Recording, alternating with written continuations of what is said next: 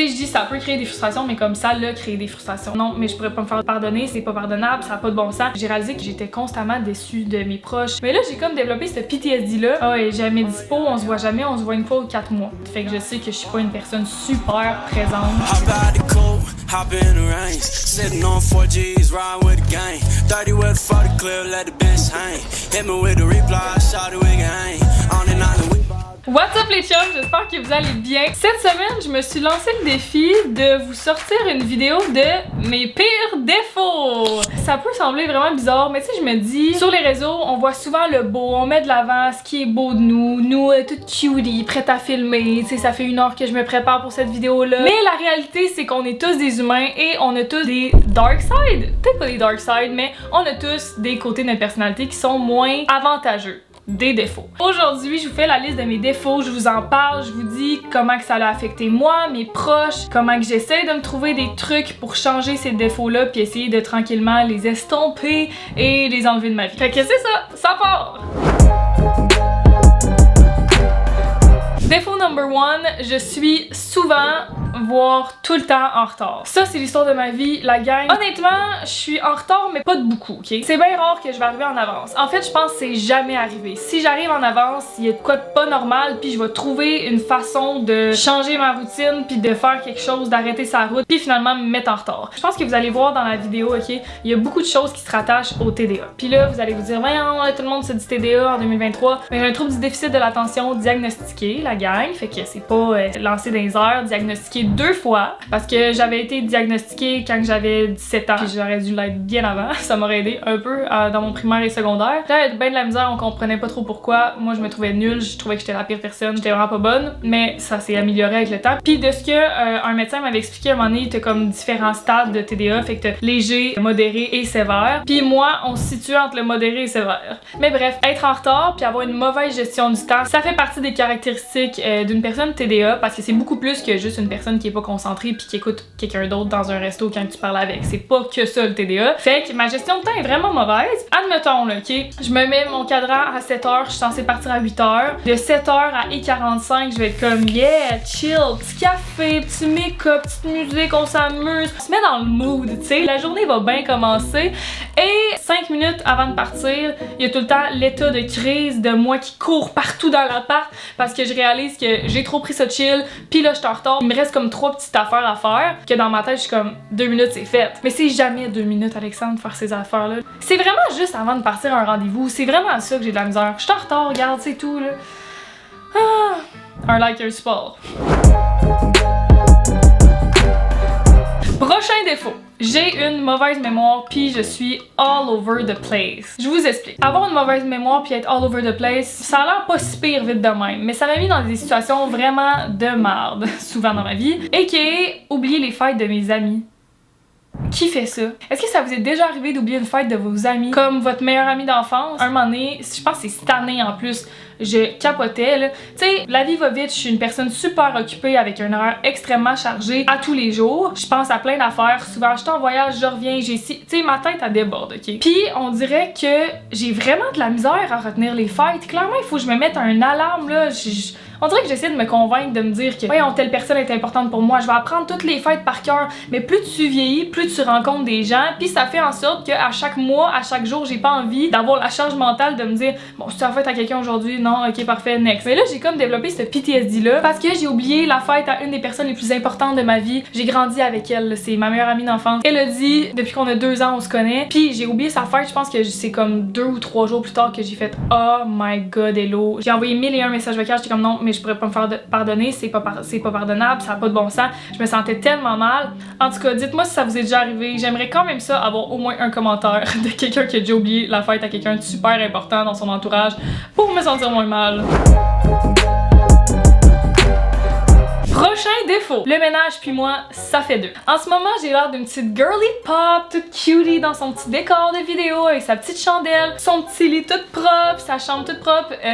c'est tout faux. C'est vraiment juste cet espace-là présentement dans ma chambre qui est propre. Ma chambre, c'est un fucking mess. J'ai de la misère à arranger les choses au fur et à mesure. Tu sais, l'affaire que comme tous nos parents nous disent depuis qu'on est jeune. Range au fur et à mesure, t'as sorti ça, range-le. Ben moi, je le fais pas. Je suis la pro à remettre à plus tard.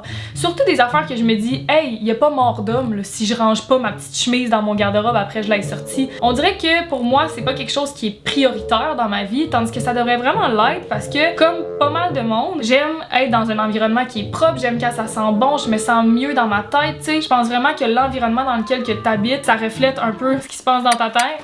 Bon, vous me voyez venir, je suis un peu une tornade dans ma tête et donc, dans mon appartement, j'essaie de me donner des trucs. Je suis vraiment le genre de personne que je préfère me préparer pour aller au bar, admettons, sortir tout mon make-up, tout mon linge, tout ça, que ça soit la tornade, revenir me coucher puis le lendemain matin, grosse session de cleaning, plutôt que le faire au fur et à mesure. C'est vraiment niaiseux, là, faut vraiment que je revisite cette technique-là, mais ça c'est un de mes plus grands défauts. Mais là au moins j'essaie de me trouver des trucs pour que ça change, parce que si t'as un défaut, tu veux le changer, faut que tu mettes en application des choses pour que ça change. Mes trucs pour garder un environnement plus ordonné, c'est d'avoir moins de choses. Parce que live, j'ai bien beau vouloir ranger les choses, j'ai pas de place. J'ai plus de place dans ma chambre, fait que je me dis clairement, j'ai beaucoup trop de choses pour moi, fait que j'essaie en ce moment de vraiment trier ce que j'ai plus besoin.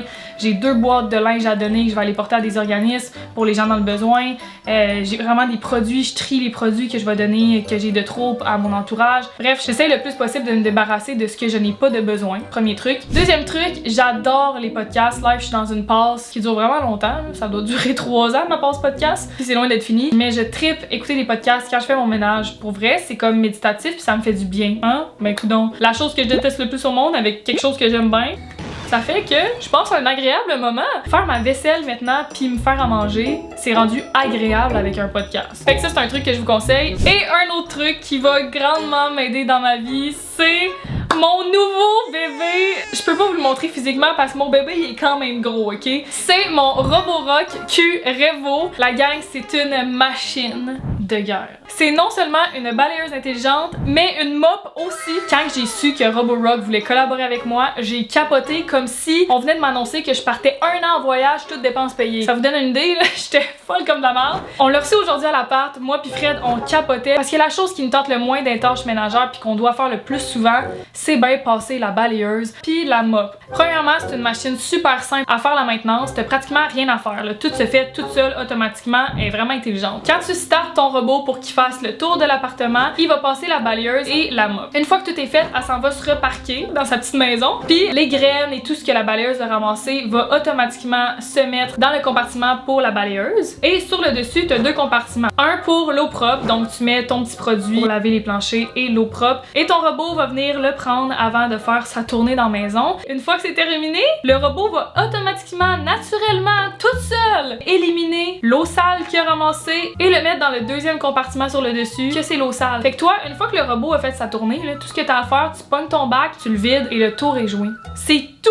C'est tout! Si vous vous dites, ah, mais moi j'ai des tapis chez moi, t'inquiète, t'inquiète! Il y a un système de suspension, puis ça on l'a testé, là, on capotait. Les 2 vadrouilles de la mop vont se lever jusqu'à 7 mm en hauteur pour pouvoir passer sur ton tapis sans même le mouiller. Aussi, il y a l'application, elle est incroyable. Tu peux starter ta balayeuse de n'importe où, puis tu peux voir elle est rendue où dans l'appartement parce que la première étape, ça va être de faire un mapping là, sur l'application, fait que tu mappes tout ton appartement, puis tu peux le starter à distance. C'est complètement fou, là. Fait que sur du long terme, je sauve du temps, de l'énergie, puis je peux mettre mon temps ailleurs à place de focus sur la balayeuse qu'on déteste les deux. Puis on n'a pas besoin de se chicaner pour savoir qui fait la balayeuse parce que c'est le robot.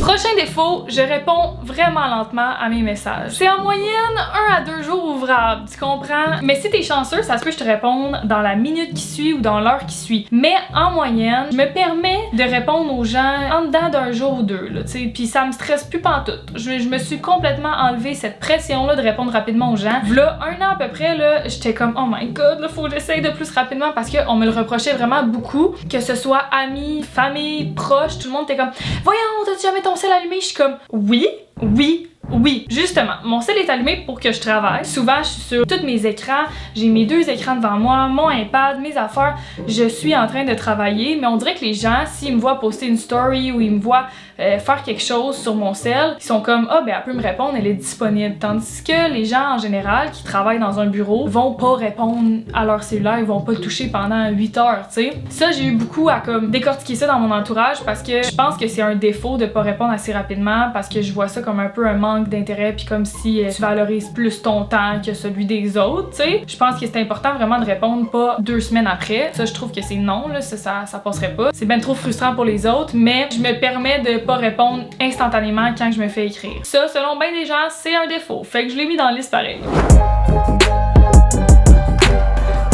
Prochain défaut, je pense que j'ai une personnalité assez obsessive. Je sais pas si ça se dit, je sais pas si c'est un terme. Je vous explique. Moi là, quand j'ai un fixe sur quelque chose, je fixe puis pendant un bout puis ma vie ne tourne qu'autour de ça. Par exemple, j'ai commencé Twitch l'hiver dernier et je ne faisais que ça. J'ai complètement délaissé, ou presque, là, YouTube pendant que je streamais 5 jours semaine. Puis tout ce que je faisais, c'était eat, sleep, stream. Eat, sleep, stream.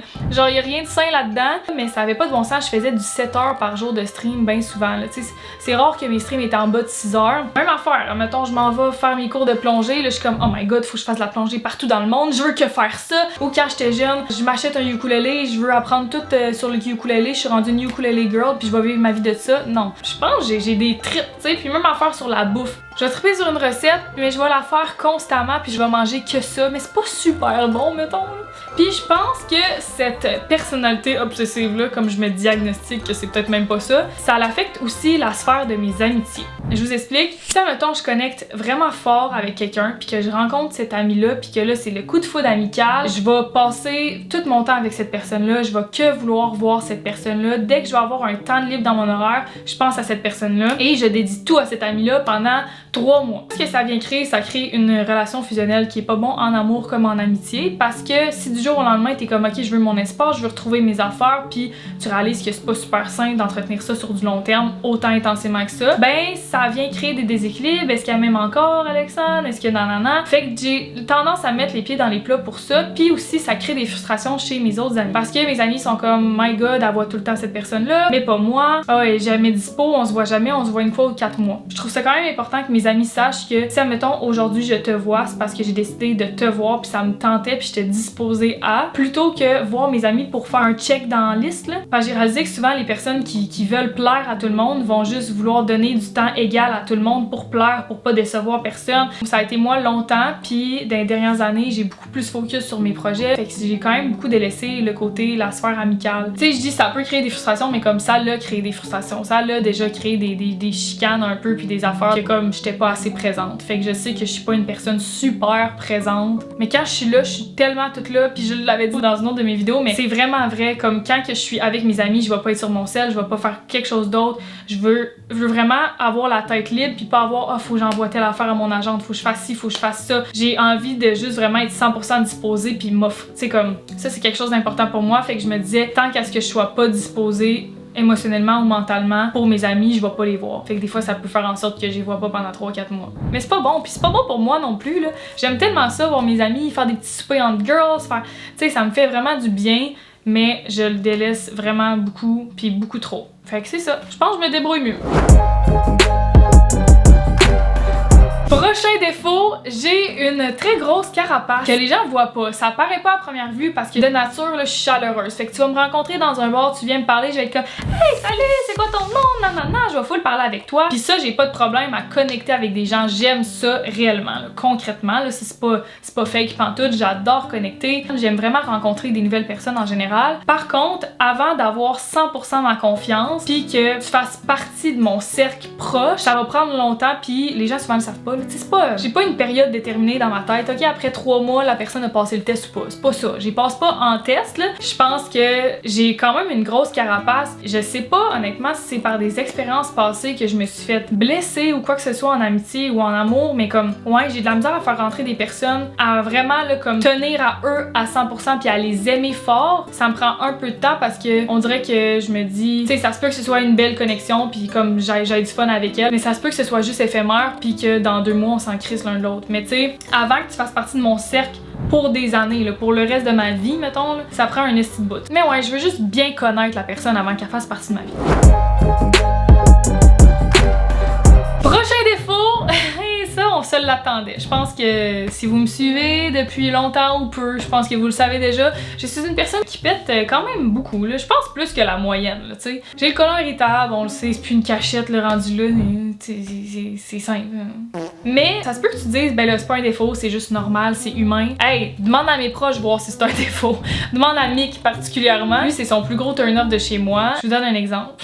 Mettons qu'on est couché dans le lit le soir pis que là, il y a une envie qui vient, tu sais, qui se pointe le bout du nez. Faut que je me lève, que j'aille dans le coin, péter dans le coin, là, dans le coin de la chambre toute seule, toute frêle, en petite boule, à 2h du matin, là. Pis que je laisse aérer pendant une couple de secondes, et après ça, je peux regagner ma place dans le lit. Ça a pas de bon sens.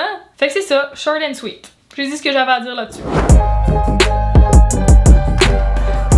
Prochain et dernier, clairement j'en ai d'autres, mais là, ça c'est la liste que j'ai faite pour aujourd'hui. Défauts. Parce qu'à un moment donné, c'est beau faire une vidéo de 2 heures sur mes défauts. Ça va être correct. Ça va être correct. Dernier défaut, j'ai des attentes. Pis ça, là, ça a pas l'air d'être un défaut, mais ça en est un. N'importe qui a des attentes dans la vie va souffrir. Ça peut paraître paradoxal parce qu'une phrase que j'aime dire et que je dis souvent à mes amis quand je veux les conseiller, c'est « sans attente, il n'y a pas de déception ». Ce qui fait en sorte qu'on est déçu de quelqu'un, c'est parce qu'inévitablement on avait des attentes. Par exemple, admettons moi je suis comme c'est une journée spéciale pour moi, je sais pas, j'ai obtenu mon bac, puis je me dis c'est cool, mes amis vont me féliciter, mais que là finalement il y a personne qui me félicite, ben je vais être déçue. Mais c'est parce que j'avais des attentes au départ que c'est le pire exemple. C'est tellement le pire exemple, mais regarde, on va le mettre pareil là. Mais c'est ça, je pense que j'ai réalisé tout ça là, sans attente, il y a pas de déception, quand que j'ai réalisé que j'étais constamment déçue de mes proches. C'est gros dit de même là. Ouais, j'étais constamment déçue, que ce soit en relation avec mes amis souvent. Je trouvais vraiment que je donnais plus que ce que je recevais. Puis tu sais, je donnais pas avec une attente de recevoir en retour, mais je pense que de base, ma façon de penser, c'est je traite les gens comme j'aimerais me faire traiter. Je pense que quand même, c'est quelque chose que j'ai beaucoup réussi à travailler, hein, quand même, un point de positif à la fin de la vidéo. Puis ça m'aide énormément, que ce soit dans ma vie professionnelle que personnelle.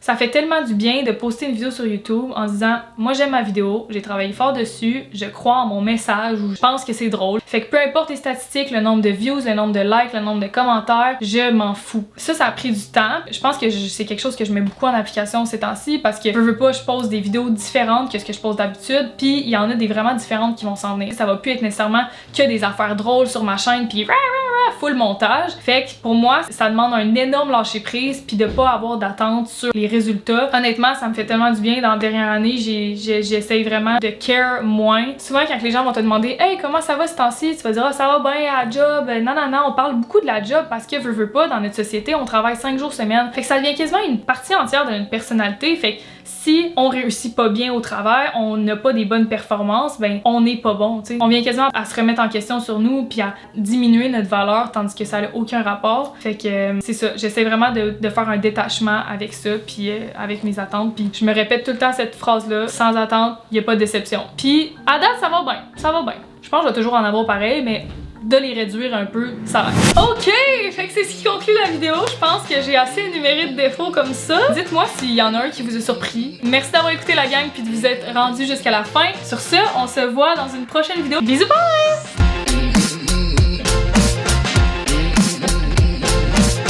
C'est tellement aigu mon bisou bye, hein? Je pourrais dire genre juste comme bisou bye! Non, il faut vraiment que je le chante, on dirait, pour que ça ait un impact. Bisous bye!